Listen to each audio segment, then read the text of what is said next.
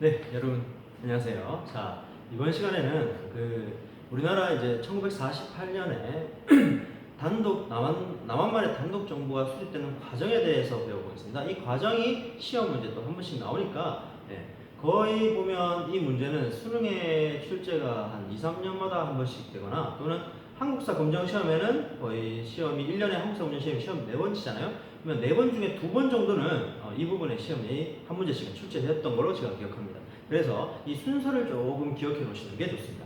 자, 첫 번째로 제일 처음에 이제 제2차 세계대전이 끝나고 나서 이 전후 처리 문제를 논의하면서도 우리나라, 그러니까 한반도의 문제도 같이 논의를 하게 됩니다. 그러면서 모스크바 3국 외상회의에서 무슨 결정을 하게 되냐면요, 한반도의 신탁 통치를 결정하게 됩니다. 즉 일단 한반도가 지금 바로 독립된 정부를 만들 수 있는 상황이 아니다라고 판단을 하고 5년 동안, 향후 5년 동안 나라가 스스로 돌아갈 수 있도록 신탁, 그러니까 통치를 다른 나라에 맡기는 거죠. 맡겨서 신탁 통치를 결정하게 됩니다. 그래서 미국과 소련이 공동위원회를 구성해서 이 미소 공동위원회에서 이 나라의 신탁 통치를 하도록 거기서 결정을 하게 됩니다. 하지만 우리나라 안에서도 이러한 신탁 통치를 반대하는 운동이 굉장히 많이 일어나게 됩니다. 그래서 좌익과 우익이 나뉘어져 있었지만 좌익과 우익 모두 신탁 통치를 반대하게 되는데 이후에 뒤로 갈수록 좌익 단체는 신탁 통치를 찬성하는 쪽으로 기울게 됩니다. 자, 그래서 1차 미소 공동위원회가 열립니다. 하지만 이 미소 공동위원회에서 우리 좌우익 간의 대결로 인해서 결렬이 됩니다. 그리고 바로 다시 2차 미소 공동위원회도 결렬이 되게 돼요. 그 이유는 좌익과 우익이 전부 다 서로만의 그 이념 대립을 하고 있어서 그랬거든요. 그래서 이런 좌익과 우익의 이념 대립에 의해서 그리고 신탁 통치는 처음에 좌익과 우익 모두 신탁 통치를 반대했었어요. 하지만 뒤로 갈수록 남한 우익 단체 같은 경우에는 신탁 통치를 계속 반대했습니다. 중도파도 마찬가지고, 여기서 중도파는 김구 선생님입니다. 중도파도 반대를 하는데 좌익 단체는 점차 소련의 신탁 통치를 찬성하는 쪽으로 바뀌게 됩니다. 무슨 말인지 이해되시죠?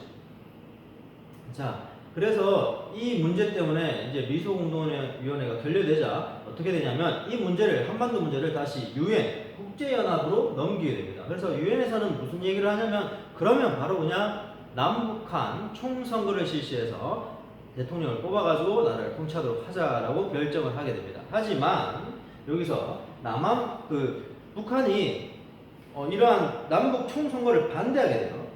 자, 그래서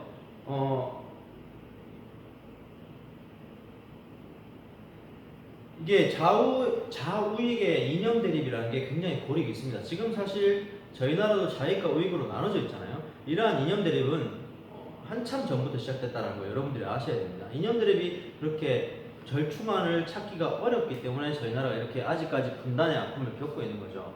마찬가지로 이 남북 총선거를 실시하라고 했지만 좌익과 우익의 다툼 때문에 이게 쉽게 되지 않습니다. 그래서 남한에서는 그냥 남한 단독 총선거를 했으면 좋지 않겠느냐라는 남한 단독 정부론이 일어나게 되고, 이러한 걸 중도파들이 반대하는 입장이 계속 일어나게 됩니다. 하지만 이 중도파랑 반대 입장의 세력들이 도중에 죽게 되거든요. 그래서 남한만의 총선거를 하자는 쪽으로 넘어가게 됩니다. 그러면서 남한만의 총선거를 하게 되죠.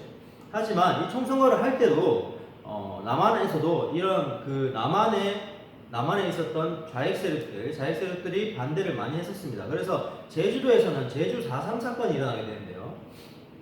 제주 4.3 사건이라는 건 제주도에 있는 공산주의자들과 그리고 제주도 주민들이 섞여서 남한만의 이 총선거를 반대하는 시위운동이 벌어지는데, 이걸 정부에서는 군대를 투입해서 이 사람들을 무참하게 학살해버립니다. 이게 제주 4.3 사건이에요. 그래서 옛날에 지금 제주도를 나중에 가보시면 제주도에서 오랫동안 사셨던 분, 이 시기 때 어른들을 만나게 되면 육지 사람들을 믿지 않습니다. 그래서 제주도 사람들이랑만 결혼해야 된다라고 굉장히 생각을 하고 계신데, 그 이유는 외부 타지 사람들이 제주도 주민을 이렇게 무참하게 학살하는 사건이 발생했기 때문에 그때의 아픔을 아직도 기억에 안고 계신 분들이 굉장히 많아요. 그래서 제주 4.3 사건이 굉장히 슬픈 우리나라 현실입니다. 그러니까 반드시 잊어먹지 말아야 되고요. 그리고 이 제주 4.3 사건을 진압하는 과정에 군대를 투입했다고 그랬잖아요. 이 군대도 사실 군대 안에서도 좌익과 우익이 있었습니다. 그래서 이 좌익 단체는 이 행동에 대해서 과잉 진압하는 것을 반대했어요. 그래서 여수 순천 사건, 군대 안에서 이 사건도 발생하게 돼요. 그래서 우리는 줄여서 이걸 여순 사건이라고도 부릅니다. 이 여순 사건도 일어나게 됩니다. 그래서 제주 4.3 사건과 여순 사건은 남한만의 단독 정부를 세우기 위한 총선거를 반대했던 운동이구나 라고 얘기하셔야 됩니다. 그리고 좌우익의 이념 대립이 크게 치닫고 있구나라는 걸 반드시 기억하셔야 되고, 그리고 결국에는 남한만의 단독 정부를 수립하게 돼요. 그래서 1948년 8월 15일 날 남한만의 단독 정부를 세우게 됩니다. 자, 이 과정들 있잖아요. 삼국 외상회의부터 신탁훈시 결정되고 1, 2차 미소공동위원회, 국제연합, 남한만의 총선거, 단독정부를 세웠다는 거. 그리고 바로 북한도 북한만의 단독정부를 세우게 됩니다. 김일성을 중심으로 하는. 그래서 결국에는 미국과 소련이 공동연을 했지만 남한은 미국 그리고 북한은 소련으로 나뉘게 되는 민족 분단의 아픈 현실이 이때부터 시작되게 된 겁니다. 그러면서 결국엔 48년에 이렇게 단독 정부를 만들지만 그로부터 2년 뒤에 1950년 6월 25일 날 한국 전쟁이라는 민족의 뼈아픈 분단의 전쟁이 일어나게 됩니다. 자, 그래서 다음 시간에는 6.25 전쟁에 대해서 배워볼 텐데, 오늘 이 과정 있잖아요. 이 과정 순서를 반드시 기억하셔야 됩니다. 그리고 교과서에 보면 이 순서가 정리되어 있는 표가 있습니다. 뒤에 보면. 그래서 이 표를 보면서 공부하시는 게 아마 공부하시기 편할 겁니다. 자, 오늘도 고생하셨습니다.